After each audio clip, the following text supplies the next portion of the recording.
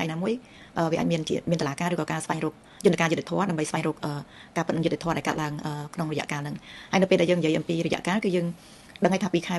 ក្កដាដល់ខែធ្នូ2025ដែលមានចំនួនការប៉ះទង្គិចប៉ុន្តែអ្វីដែលសំខាន់គឺយើងបានត្រូវមើលតាំងពីខែ5ថ្ងៃទី28ខែឧសភាឆ្នាំ2025រហូតដល់បច្ចុប្បន្ននេះទី1គឺយើងមានច្រើនប៉ុន្តែរឿងរ៉ាវខ្លះគឺយើងឃើញថាវាអត់ទាន់មាន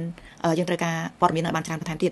ទី1គឺឯកសារជាស្លឹកដែលយើងអាចរាប់បានគេហៅថា paper document ហ្នឹងហើយទី2គឺឯកសារជាបទសម្ភាសន៍មានន័យយើងទៅសម្ភាសន៍ជាមួយនឹង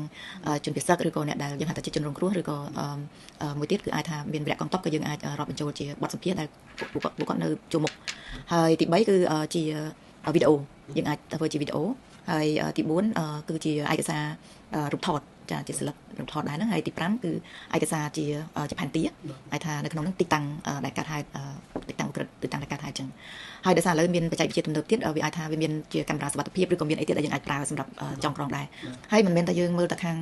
ក្នុងមានន័យថាប្រទេសកម្ពុជាយើងមើលទៅតាមប្រភពព័ត៌មានរបស់ប្រទេសថៃឬក៏អន្តរជាតិផ្សេងទៀតតើកន្លែងណាដែលយើងមើលទៅគឺវាជាក់លាក់ហើយយើងអាច cross check បានអញ្ចឹងទាំងអស់ហ្នឹងគឺយើងបង្ហាញថាជារឿងរ៉ាវមួយដែលយើងអាចទុកចិត្តបានថារឿងហ្នឹងវាកើតឡើង